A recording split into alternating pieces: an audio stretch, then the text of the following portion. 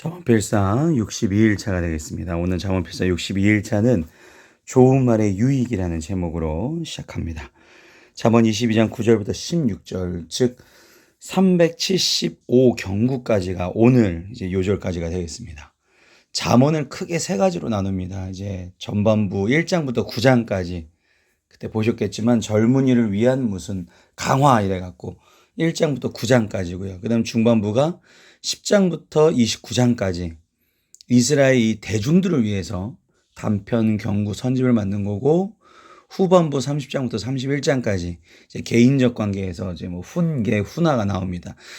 그 중간 10장부터 29장도요 세 부분으로 나눠져요. 첫 번째가 375 단편 경구, 여기 맨 위에 보시면 경구라고 나오죠. 그 375개의 단편 경구 교훈으로 이루어진 솔로몬의 제1잠언, 그리고 이제 잠언 22장 17절부터 24장 34절까지가 익명의 현자들을 위한 교훈집이라 그래요. 그래서 현자들의 교훈 선집이 중간 부분, 그리고 25장 1절부터 29장 27절까지는 다시 솔로몬의 제2잠언인데, 이거는 이제 히스기야 시대에 솔로몬의 단편 경구 선집이 됩니다. 그래서 총 이렇게 가운데 부분에 10장부터 29장 그 가운데 부분에도 세 가지로 나눠지는데, 그 중에 첫 번째가 오늘 마무리가 된다, 이렇게 보시면 되겠습니다. 잠언 22장 9절 솔로몬의 제1잠언 마지막 부분은 어떤 내용들이 있을까요? 선한 눈을 가진 자라는 정말 멋진 표현이 나옵니다. 그러니까 누군가를 이제 도와주는 눈이 있는 거예요. 누군가를 도와주는 이 눈이 어떤 눈이냐면 임금님의 눈이랑 같습니다. 이 표현을 제가 왜 썼는지는 뒤에 이제 후반절에 가시면 나옵니다.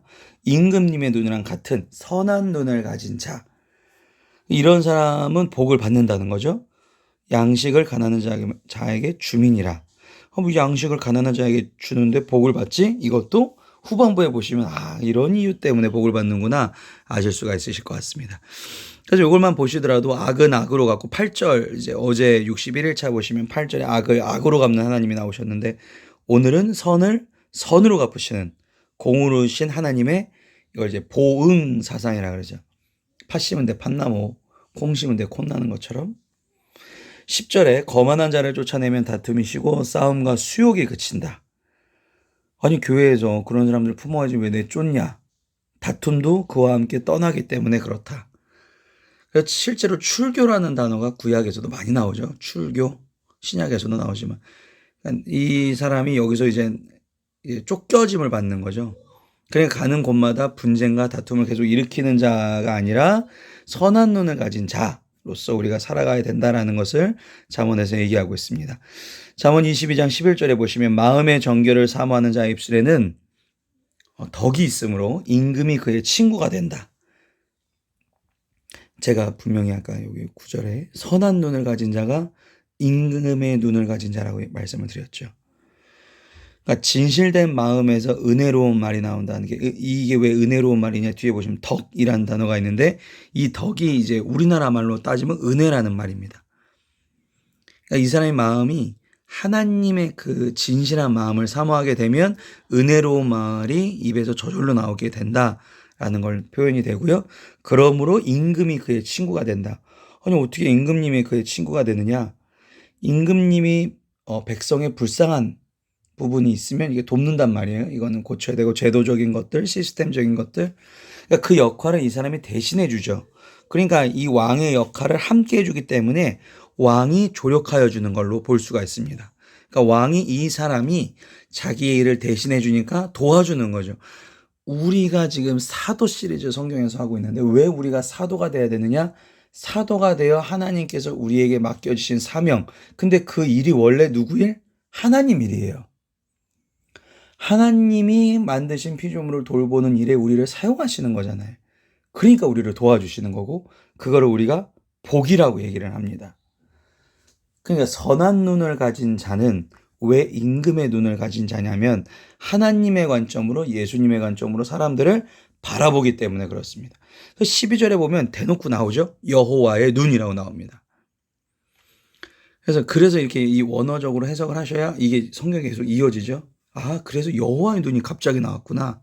여호와의 눈은 지식 있는 사람을 지키시나. 이 지식이 약간 이제 성경적으로 이제 우리나라 말로 번역을 하다 보니까 이제 지식 뒤에 이제 사악한 사람이 나왔으니까 지식 있는 사람이라고 표현이 됐는데, 사실 이 12절은 그냥 지식이라고 표현하는 것이 더 정확한 한글 번역이라고 많은 주석에서 얘기하고 있습니다. 네. 그래서 여호와의 눈은 지식을 지켜주신다. 그러니까 하나님에게 내가 받은 그 사명, 그게 이 사람이 하나님의 눈을 가지고 있으면 그 지혜, 그 지식이 지켜진다. 이게 계속적으로 그 일을 행한다 보시면 되는 거죠. 근데 반대로 사악한 사람의 말은 패하게 하시느니라. 그러니까 그 사람은 자기가 이렇게 한다, 이렇게 한다, 옳다 하는데 그게 다 나쁘게 안 좋은 결과를 불러일으킨다. 이제 그거를 가지고 이제 쭉 나오죠. 그래서 여기 보시면 여호와의 눈이라고 나왔는데 여기도 선한 눈, 이게 이어지게 되는 것이죠. 역시 마찬가지 이것도 악은 악으로 선을 선으로 갚으시는 공의로운 하나님의 보응사상을 다시 한번 보실 수가 있는 거고요.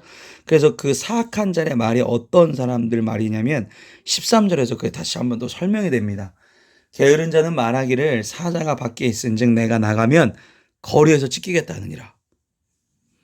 이 게으른 자라는 게 어떤 성질을 가지고 있는지 이 22장 13절에 한 번에 나오고 있죠. 사자가 밖에 있은즉, 이 팔레스타인 지역에는 사자가 있긴 있어도 그렇게 많지 않았다 그래요. 왜냐면 이게 사자는 사실 뭐 우거진 뭐 이런 산 안에 있든지 아니면 뭐 넓은 큰 평화 초원에 있든지 이래야 되는데 사람들과의 거리가 굉장히 멀었다 그러죠. 근데 사자가 밖에 있다 그래요. 그것도 거리에서. 거리라는 것은 전에 잠언에 처음에도 언급이 되었지만 광장, 거리라는 표현이 나오면 사람이 많은 곳이라는 표현입니다. 사람이 많은 곳에 사자가 있겠냐는 거죠. 그러니까 이런 게으른 자들, 그러니까 여기 앞에 12절에도 나왔지만 사악한 사람의 말, 게으른 자의 말, 이런 사람들은 굉장히 이 사람의 불성실을 강조하고요. 자기가 안 하려고 자기 합리화의 거짓된 모습, 어리석음을 강조합니다. 요런 말하는 사람들 주변에 있으면 기도해 주셔야죠, 같이. 뭐 저도 이런 적이 있고요.